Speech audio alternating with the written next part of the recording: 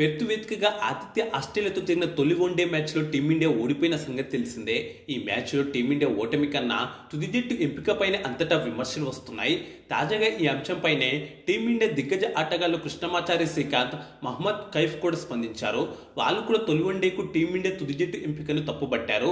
ఇందుకు గానీ head coach Gautam Gambhir, captain Shubman Gill పై ఆగ్రహం వ్యక్తం చేస్తూ తీవ్ర స్థాయిలో విమర్శలు గుప్పించారు. ముఖ్యంగా మ్యాచ్ విన్నర్ను పక్కన పెట్టారంటూ మండిపడ్డారు. చైనా స్పిన్నర్ కుల్దీప్ యాదవ్ ను తుది జట్టులో తీసుకోకపోవడాన్ని ఈ మ్యాచ్ క్రికెటర్లు ఇద్దరూ తప్పుబట్టారు.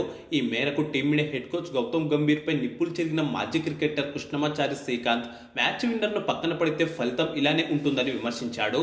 తొలి వన్డే మ్యాచ్ గురించి తన యూట్యూబ్ ఛానల్ వేదికగా మాట్లాడిన శ్రీకాంత్ హెడ్ కోచ్ గంభీర్ పై ఆగ్రహం వ్యక్తం చేశాడు. కుల్దీప్ యాదవ్ ను ఆడించకుండా టీమిండియా తప్పు చేసిందని మండిపడ్డాడు. టీమిండియా ముగ్గురు స్పిన్నర్లతో బరిలోకి దిగాలని సూచించాడు. ఆసీస్ స్పిన్నర్ మాథ్యూ కుహ్నెమన్ కీలక వికెట్ తీశాడని గుర్తు చేశాడు. మిచెల్ స్టార్క్, హ్యాజిల్వుడ్ కాకుండా ఆసీస్కు అవసరమైన బ్రేక్ త్రూలు అందించింది ఎవరు? స్పిన్నర్ అయిన మాథ్యూ కుహ్నెమన్. అక్షర్ కూడా మనకు కీలకమైన వికెట్ అందించాడు. స్పిన్నర్లు అద్భుత ప్రదర్శన కనబర్చారు. వారు ఎప్పుడూ మెరుగ్గా రాణిస్తారు. రిస్ట్ స్పిన్నర్లో మ్యాచ్ విన్నర్లుగా నిలిచే సామర్థ్యం ఉంటుంది. కుల్దీప్ యాదవ్ను పక్కన పెట్టడం వెనుక ఉన్న లాజిక్ ఏంటో నాకు అర్థం కావడం లేదు. నేనైతే కుల్దీప్, వాషింగ్టన్, అక్షర్ పటేల్ ముగ్గురిని ఆడించాలని చెప్తాను. కుల్దీప్ యాదవ్ సూపర్ ఫామ్లో ఉన్నాడు. టెస్టుల్లో రాణించాడు. ఆసియా కప్లో అదరగొట్టాడు. టీ20 ఫార్మాట్లో అద్భుతంగా బౌలింగ్ చేశాడు. ఆస్ట్రేలియన్ వికెట్లపై బంతు టర్న్ కాదని, అందుకే కుల్దీప్ యాదవ్ను ఆడించలేదని చెప్పొచ్చు. కానీ ఇది అత్యంత ప్రమాదకరమైన స్టేట్మెంట్. ఇది నాకు అస్సలు అర్థం కాదు. అసలు 8 మంది బ్యాటర్ల కాంబినేషన్ను మర్చిపోండి. అత్యుత్తమ ఆటగాళ్లతో బరిలో దిగండి. అసలు 8 మంది బ్యాటర్లు ఎన్ని పరుగులు చేస్తారు అని కృష్ణమాచారి శ్రీకాంత్ ప్రశ్నించాడు. కాగా ఈ ఆస్ట్రేలియా పర్యటనకు హర్షిత్ రాణాను ఎంపిక చేయడానికి కూడా కృష్ణమాచారి శ్రీకాంత్ తప్పుపట్టిన సంగతి తెలిసిందే. గంభీర్ ప్రియ శిష్యుడు కావడంతోనే హర్షిత్ రాణాకు 3 ఫార్మాట్లలో అవకాశం దక్కుతుందని విమర్శించాడు. ఈ విమర్శలపై గంభీర్ కూడా ఘాటుగా స్పందించాడు. యూట్యూబ్ వ్యూస్ కోసం ఓ యువ ఆటగాడిపై విమర్శలు గుప్పించడం సరికాదని మందలించాడు. గంభీర్ కౌంటర్పై మౌనం వహించిన క్రిస్ శ్రీకాంత్ తొలి వన్డే పరాజయం నేపథ్యంలో తాజా విమర్శలు చేశాడు.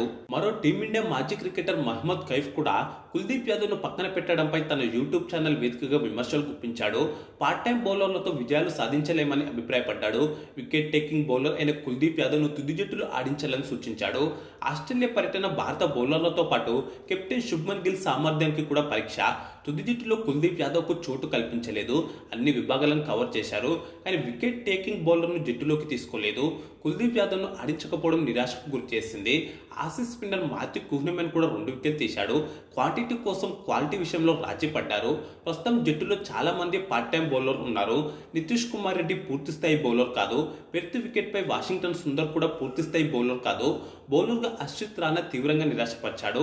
స్వల్ప లక్ష్యమే అయినా మ్యాచ్ను గెలిపించే బాధ్యతను బౌలర్లు తీసుకోవాలి. కనీసం గెలుపు కోసం ప్రయత్నించాలి. కేవలం బూమ్రా, షమి ఉన్నప్పుడే గెలుస్తామంటే ఎలా అని మహ్మద్ కైఫ్ చెప్పుకొచ్చాడు. అలాగే ఆస్ట్రేలియా దివంగత స్పిన్నర్ షేన్ వాన్ 3 ఫార్మాట్లలో సత్తా చాటాడనే విషయాన్ని మర్చిపోవద్దని కైఫ్ గుర్తు చేశాడు. ఆసీస్ వికెట్లు స్పిన్కు అనుకూలంగా ఉండవని చెప్పడం సరికాదని మహ్మద్ కైఫ్ అన్నాడు. కాగా సూపర్ ఫామ్లో ఉన్న కుల్దీప్ యాదవ్ను తుది జట్టులో ఆడించకపోవడంపై సర్వత్రా విమర్శలు వస్తున్నాయి. ఆసియా కప్ 2025 టోర్నీలో 17 వికెట్లతో లీడింగ్ వికెట్ టేకర్గా నిలిచాడు కుల్దీప్ యాదవ్. వెస్టిండీస్తో 2 టెస్టుల సిరీస్లో 12 వికెట్లు పడగొట్టాడు. రెండో టెస్టులో ప్లేయర్ ఆఫ్ ది మ్యాచ్గా కూడా నిలిచాడు. అంతేకాకుండా ఆసీస్ గడ్డపై కుల్దీప్ యాదవ్కు మెరుగైన రికార్డు ఉంది.